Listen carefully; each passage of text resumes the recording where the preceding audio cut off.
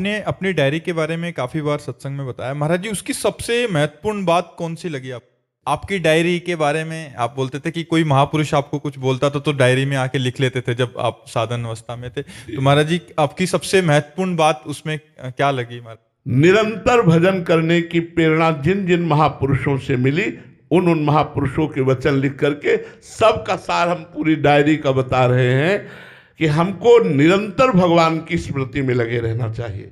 नाम, मंत्र, कथा, नाम कीर्तन, सत्संग, इन सबको मिला करके हम अपने समय को, कर्तव्य को भी कृष्णार्पणम मस्तु करके हर समय में भगवान से जुड़े रहना चाहिए। और पूरा वो तो ग्रंथ लिखा हुआ है, हाँ, जुड़े रहना चाहिए। एक लाल स्वामी जी संत मिले थे, बड़े योगी थे, गंगा के किनारे एकांत खेचरी मुद्रा में रहते थे। तब उन्होंने रात्रि में वो मिलने का समय दिया, तो रात्रि में उनके पास गए तो पास बैठा ला और वो कुछ ही वचन बोले थे। उन्होंने कहा, जैसा सोचोगे वैसा बन जाओगे, जैसा बनना वैसा सोचिए, असंग रहिए, किसी का संग मत कीजिए।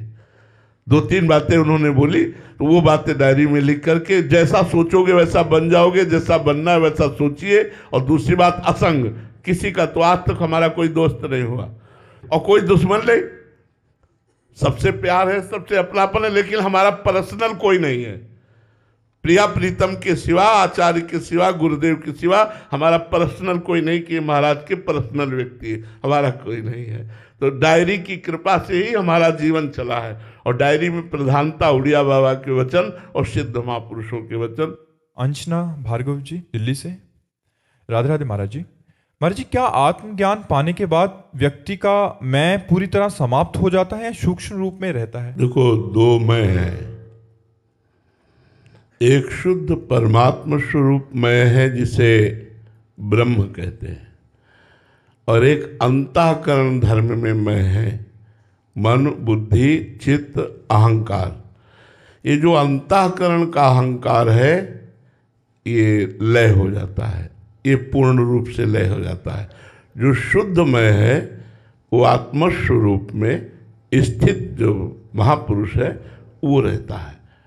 जो अंतःकरण का मैं है वो नष्ट हो जाता है। अंतःकरण के मैं में शरीर को लेकर के अभिमान होता है, देहाभिमान, बुद्धि तक को लेकर के अभिमान होता है, और धन का अभिमान, बल का अभिमान, तपस्या का अभिमान, शरीर की क्रियाओं का अभिमान, ये सब होता है। तो अंतःकरण का जो मलिन अहंकार है वो नष्ट हो जाता है। शुद्ध मैं जो परमात्मा स्वरूप है वो बचता है, उसी का तो बोध होता है। वही शुद्ध स्वरूप जो मैं है वो परब्रह्म, अहम ब्रह्मास्मि, मैं ब्रह्म हूँ, ये अनुभव होता है। उसको अपने स्वरूप का अनुभव होता है, उसे ही आत्मबोध कहते हैं। आत्मज्ञान का मतलब है वेदांत शास्त्रों का प्रवचन कर लेना, वेदांत शास्त्रों के विषय में चर्चा कर लेना, पर बोध का मतलब है स्वरूप का बोध हो जाना। जिसे बोध हो गया वो चलते फिरते, उठते बैठते, खाते पीते, कुछ न करते हुए भी हर समय समाधि में रहता है। क्योंकि जो कर्ता भाव अहंकार था, अहंकार विमूढ़ आत्मा कर्ता हमिति मन्यते, जो कर्ता भाव था, भोक्ता भाव था, वो ज्ञान के द्वारा लय हो गया। अब कर्ता भोक्ता भाव रहित स्वरूप में स्थित, अब प्रकृति की किया प्रकृति में हो रही, गुणानुगुण वर्तनते मनुष्या पार्थ सर्वसा, वो अपने स्वरूप में स्थित रहता है, वो मैं नष्ट नहीं होता। गौरव चौहान जी मध्य प्रदेश से। महाराज जी, उमा राम सुभाई जाना, ताही भजन तजी भावन आना, ये संवाद जासु उर आवे, रघुपति चरण भगति सोई पावे। महाराज जी, इस चौपाई का वास्तविक अर्थ कैसे समझे और इसको जीवन में कैसे उतारें? पहले तो जिसका स्वभाव समझना है उसके प्रभाव को तो समझिए। प्रभाव को समझोगे तब स्वभाव समझ में आएगा। इतना बड़ा महामहिम प्रभु भक्त के चरण दापता है, भक्त की घोड़े की बागडोर पकड़ करके सारथी के पद पर बैठा हुआ है, अपने भक्त की सेवकाई करता है। इतना बड़ा महामहिम प्रभु, तो जो भगवान की लीला कथा सुनकर, भगवान का नाम जप करके और भगवान के प्रभाव को जान गए, फिर उनके स्वभाव को जब देखा तो फिर उमा राम स्वभाव जे जाना, ताई भजन तज भाव नाना, इतने महामहिम प्रभु और मैं इतना नीच और इतना कृपा, इतनी कृपा, लुट जाता है भक्त, लुट जाता है। एक बार स्वामी श्री अखंडानंद जी ने पूज्य भाई जी महाराज से पूछा कि आपकी प्रिय बात कोई हो तो बताओ। तो भाई जी ने यही चौपाई कही थी, आंसू बहाते हुए। अश्रु प्रवाह होने लगा और कहने लगे, उमा राम स्वभाव जे जाना, ताई भजन तज भाव नाना। भगवान के स्वभाव को जान गए, अस स्वभाव को सुने न देखो। ऐसा न कहीं स्वभाव देखने में आया न सुनने में आया। क्या एक बार आप भगवान की शरण में हो गए, आपसे लाखों अपराध बन गए तो भी भगवान आपको त्यागते नहीं। जन अवगुण प्रभु मान न काऊ, दीन बंधु अति मृदुल स्वभाव। राहत न प्रभु चित्त चूक किए की, करत सुरत सय बार ही की। ये मेरी शरण में है, बस इसी बात से भगवान उसका कल्याण कर देते हैं। इसीलिए उमा राम स्वभाव जे जाना, ताई भजन तज भाव। भगवान को केवल हृदय से एक बार स्वीकार कर लो, सब बात बन जाएगी। वो अपने प्रभाव और स्वभाव दोनों का अनुभव करा देंगे। वास्तविक उसी को अनुभव होता है, सोई जाने जे देहु जनाई। जिसे भगवान अपने स्वभाव और प्रभाव को जना देते हैं, वो भगवान में बिक जाता है, लुट जाता है। और जो भगवान में लुट जाता है तो संपूर्ण वैभव उसके चरणों में लुट जाता है। महाराज जी, क्या उनके अनन्य भक्तों में भी ये स्वभाव उतरता है? क्योंकि थोड़ा अंश मात्र उतरता, संपूर्ण तो नहीं, अंश मात्र उतरता। जो भगवान का स्वभाव है वो उनके भक्तों में अंश मात्र उतरता है, क्योंकि उन्हीं का चिंतन करते हैं हम। जिसका चिंतन करते हैं वैसे स्वभाव और प्रभाव होता है, तो अंश मात्र उतरता। पूर्ण रूप से तो भगवान के स्वभाव का और भगवान के प्रभाव का वेद भी नेति नेति वर्णन करते हैं। हाँ, वो उन अंश मात्र भक्तों में उतरता है। दिल कुमारी शर्मा जी नेपाल से, राधे राधे महाराज जी। महाराज जी, श्री कृष्ण चरणों में रति मति गति संतों के अनुकंपा से होती है, ऐसा सुना जाता है। वे संत कैसे हों और हम उन संत का संसर्ग कैसे कर सकें जो कि प्रभु के चरणों में रति मति गति दे दें? वैसे बाहरी लक्षणों से संतों को नहीं पहचाना जा सकता।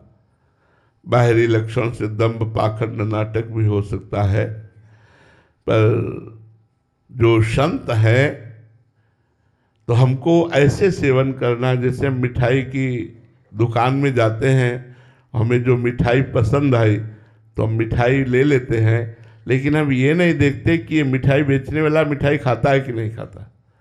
ये हम नहीं देखते, हम मिठाई ले लेते हैं। ऐसे ही जब संत बोलते हैं तो भगवत चरणारविंद से युक्त चित्त करके बोलते हैं। हमको उनके वचनों का पालन करना है, वो चलते हैं कि नहीं ये हमें नहीं देखना। अगर हम ऐसे देखने लगेंगे तो सब संतों में दोष पैदा हो जाएगा और हम परमार्थ लायक ही नहीं रहेंगे। बाहरी लक्षण ये है, एकदम साधारण लक्षण हम आपको बता रहे हैं, जिनके संग से हमारे दोष छूटने लगे, जो हमारे गंदे दोष है, शराब पीना, मांस खाना, नाना प्रकार के गंदे आचरण करना, जिनकी बात सुनकर, जिनके संग से हमारे दोष छूटने लगे, हमारे हृदय में ये बात आने लगे कि मैं बहुत अधम जीव हूँ, मैं बहुत नीच हूँ, क्या भगवान की हम पर कृपा होगी? और भगवान की तरफ हमारे कदम बढ़ने लगे, जिनकी वाणी सुन करके भगवान में हमारी रति होने लगे, जिनके पास बैठने से हृदय शांत होने लगे, जिनके देखने से ऐसा लगे कि मैं देख तो पहली बार रहा हूँ, लेकिन ऐसा लगता है कि इनसे मैं बहुत परिचित हूँ और बार बार देखने की इच्छा हो, ऐसा तो ये बाहरी लक्षण है। और आंतरिक लक्षण है जो सहनशील है, जो धैर्यवान है, जो परोपकार संपूर्ण लोगों के प्रति भगवत भाव रखता है, जो किसी की अपेक्षा नहीं रखता, जो निर्मोह है, जो मान रहित है, जिसमें किंचित मात्र किसी के संग का प्रभाव नहीं पड़ता है, जो मान अपमान निंदा स्तुति इन सब में समान भाव है, मानापमानस तुल्यो तुल्य निंदात्म संस्तुति, जो इस कोटि का महापुरुष है। पर ये बाहरी लक्षण तो है नहीं, अंदर के हैं, इसलिए इनको पहचानना कठिन है। हम बाहरी भगवत भाव मान लेते हैं। जब हम किसी श्री विग्रह में, पाषाण मूर्ति में भगवत भाव मानकर भगवान को प्राप्त कर सकते हैं, तो हम संत भगवान में भगवान का भाव रखकर क्यों नहीं प्राप्त कर सकते? इसीलिए भगवान श्री राम जी ने नवधा भक्ति में 7वीं भक्ति कही है, सातो सम मोहिमय जग देखा, मोते अधिक संत कर लेखा। यदि हमारे अंदर साधु के प्रति भगवत भाव आ जाए तो हमारी बात बन जाए। सब में भगवान विराजमान है, फिर साधु में तो विराजमान है ही। अगर हम ये खोजने चले कि कोई हमको ऐसा संत मिले जो भगवत प्राप्त हो, तो हमारे पास भगवत प्राप्त होगा तो भी हम नहीं जान पाएंगे, क्योंकि हमारे को भी तो भगवत प्राप्त होना चाहिए, तभी हम जान सकते हैं भगवत प्राप्त है। हमारी प्राकृतिक बुद्धि भगवत प्राप्त महापुरुष को कैसे जान पाएगी? बाहरी लक्षणों से तो नहीं जाना जा सकता कि ये संत हैं कि नहीं। हम अपने भाव से संत मान लेते हैं और हमारे ऊपर कृपा भगवान की होगी। संत पर भाव करने से भगवंत की कृपा से हमारे सारे कार्य बन जाएंगे परमार्थ के। ऐसे हम खोजने चले तो दोष दृष्टि हो जाएगी। संतों की हमने सिद्ध महापुरुषों को भी देखा है, उनके बाहरी व्यवहार एकदम साधारण पुरुष जैसे होते हैं, उनको कोई पहचान नहीं सकता। देखने पर यही लगेगा ये हमसे भी साधारण है, और बड़ी उच्च कोटि की स्थिति के महापुरुष है। एक स्वामी अनंग बोधाश्रम स्वामी जी थे, बचपन से महान बैरागी। चित्रकूट में रामलीला हो रही थी, तो जब राम वनवास का प्रसंग चला तो वो बालक ही थे, भाग पड़े घर से। भगवान वनवास को गए, अब मैं आजीवन वनवास में रहूंगा, ऐसा उन्होंने निश्चय किया। और गंगा का किनारा पकड़ा तो एक स्वामी शंकरानंद जी महापुरुष, बड़े सिद्ध महापुरुष थे, वहाँ उनको संतोष प्राप्त हुआ। उनके चरणों में लौट गए और कहा, स्वामी जी मैं संन्यास लेना चाहता हूँ। तो उनका इतनी कम अवस्था में संन्यास, तो उनका गुरुदेव मैं वचन देता हूँ कभी संन्यास धर्म के विरुद्ध आचरण नहीं करूँगा। तो सन्यास में दिगंबर किया जाता है, नग्न किया जाता है। बड़ी करुण उस समय स्थिति होती है। हाथ उठा के पूछा जाता है तुम्हारा कौन? तो नारायण के सिवा कोई नहीं। तो जब उनको दिगंबर करके सन्यास दिया गया और फिर जब बाहर निकले तो कहा लंगोटी धारण कर लो, तो उन्होंने कहा अब नहीं, एक बार जीवन में लंगोटी उतार दी, अब दोबारा जीवन में धारण नहीं। तो गंगा के किनारे पूरा जीवन तपती हुई धूप में, सर्दी में, बरसात में कभी वो छत के नीचे नहीं रहे, ऐसे ही दिगंबर रहते दिगंबर स्वामी। और सिद्ध महापुरुष करपात्री जी साष्टांग दंडवत करके कहते कि अगर चलते फिरते ब्रह्म का दर्शन करना है तो असनी में थे, असनी में स्वामी जी थे, असनी में अनंग बोधाश्रम स्वामी जी के दर्शन करो। तो बाहरी लोग ये जान ही नहीं सकते, बाहरी लक्षणों से संतों को नहीं पहचाना जा सकता। तो संतों का सहज स्वभाव, सरलता, भगवान की कृपालुता, ये हम सबका कल्याण कर देगी। बस हम भाव कर ले, हम संतों पर भगवत भाव कर ले। अगर वो कहीं धोखेबाज भी है तो हमारा भाव भगवान स्वीकार करेंगे और हमारा मंगल भगवान करेंगे। हम तो इतना ही जानते हैं कि वेश मात्र को प्रणाम करो, वेश मात्र की आराधना करो, इसी से भगवान प्रसन्न हो जाएंगे। और लक्षणों को पहचानना, तो जब तक आप में लक्षण नहीं आएंगे तब तक आप पहचान नहीं सकते। रमेश जी हल्द्वानी से। राधे राधे महाराज जी। गुरुदेव भगवान, हम आपके द्वारा दिए गए समस्त नियमों का पालन करने का पूर्ण प्रयास करते हैं। हमने एक बार एकांतिक वार्तालाप में आपके श्रीमुख से सुना था कि प्रकट में गुरु दर्शन का विशेष महत्व है और गुरु कृपा तभी सुलभ होती है जब अंतःकरण गुरु आज्ञा की प्राप्ति के लिए लायित रहता है और गुरु अपनी दिव्य कृपा दृष्टि से शिष्य को योग्य बना लेते हैं। हम जैसे आदम जनों को गुरु आज्ञा का बोध कैसे हो महाराज जी? कैसे इस आपके योग्य बने? गुरुदेव भगवान की निजता वैसे जो सत्संग होता है, अगर आप अपने में ऐसा भाव रखते हैं कि मैं किसी संत का शिष्य बनना चाहूँ, तो सत्संग में भगवान ही बोलते हैं। संतों की वाणी में बैठकर भगवान बोलते हैं। हमें सत्संग की बात को पकड़ना चाहिए। अगर पर्सनल आदेश उपदेश ना मिले गुरुदेव से, तो जो गुरुदेव सत्संग में बोले वो बात पकड़नी चाहिए। वो सार्वजनिक बात होती है, उससे सबका मंगल हो जाएगा। हमारा आपका प्रगट में परिचय हो या ना हो, यदि आप राधा नाम जप करते हैं, हमारी बात मानते हैं, तो हमारा आपका संबंध दृढ़ है। जहाँ हम जाएंगे वहीं आप जाओगे, ये विश्वास कर लो। जहाँ हम जाएंगे वहीं आप जाओगे। यदि आप हमारी बात मानोगे और राधा नाम जप करोगे, तो कोई भी संकट आपको परास्त नहीं कर पाएगा, कोई भी विपत्ति बाधा आपको परास्त नहीं कर पाएगी, और आप माया से मुक्त हो जाएंगे। बहुत कठिन है काम आदि दोषों से मुक्त होना, बहुत कठिन है।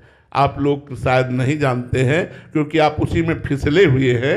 जब उनसे निकलना चाहे तब पता चलता है ये योद्धा कितने बलवान हैं, मार मार करके पूरे संसार को गिरा रहे हैं। काम, क्रोध, लोभ, मोह, मद, मत्सर, ये 6 जो है बहुत बड़े विकार हैं और हर अंतःकरण में अपना प्रभाव रखते हैं। वही अंतःकरण जो भगवान के भजन में निरंतर लगा है वही बच सकता है।